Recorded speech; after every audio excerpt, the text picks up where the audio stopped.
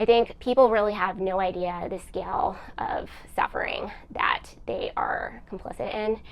3 times a day, we take into our bodies the flesh and secretions of animals who either died a violent death or are being exploited and are in confinement and will be killed when they're no longer considered profitable.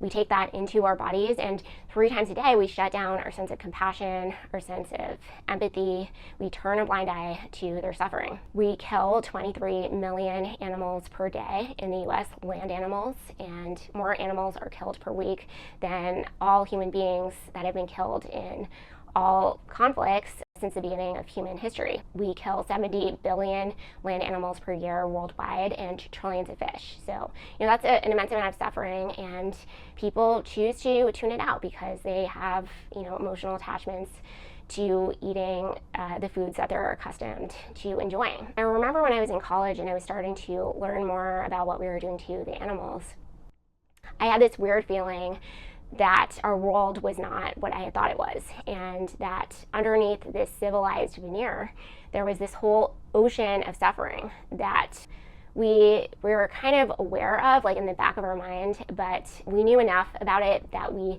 knew that we didn't want to know more. This idea was so horrifying to me that I just decided to suppress it, and I was like, I don't want to live in that kind of world. So I kind of just pushed it down. I pushed it out of my awareness.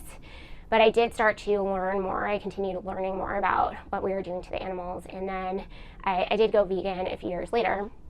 And then I saw this movie, Earthlings, which I think was really my red pill moment when I really got the enormity of what we were doing to the animals.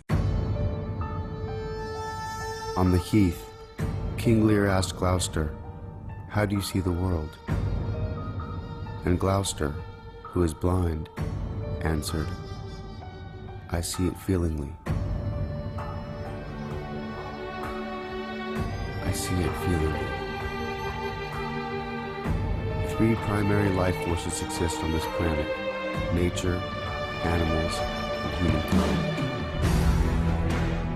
We enter as lords of the earth, bearing strange powers of terror and mercy alike.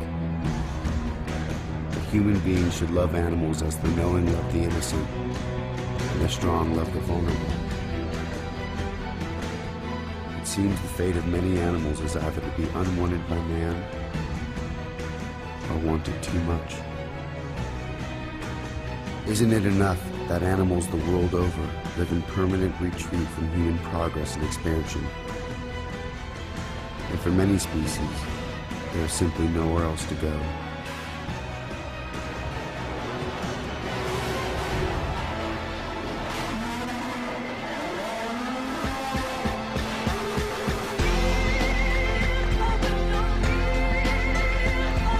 It's a brutal film to watch, but I really think everyone should watch it, and it examines the ways in which we exploit and kill animals for food, clothing, entertainment, experimentation. I think those are the main ones, and it's just so harrowing to watch, but I think we really need to acknowledge this because I think it's our biggest cultural blind spot. It's a thing that we don't want to look at.